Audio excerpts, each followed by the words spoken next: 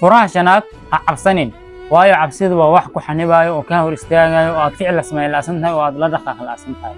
Marka cabsida iska daa. Furaha lixaad baro kala mudnaanta.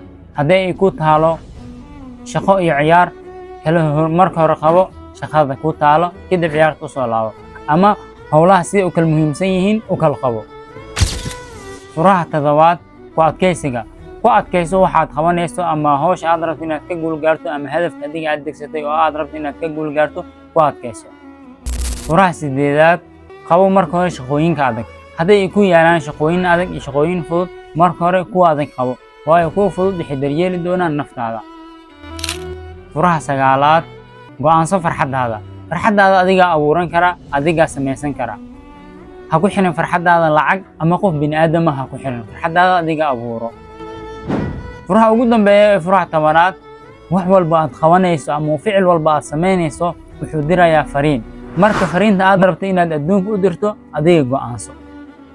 haddaad xiisaynayso muuqaalada sidan oo kale ah, nagu soo biir oo channelka follow soo dheh, muuqaalkana like saar oo la wadaag asxaabtaada. mahadsanid.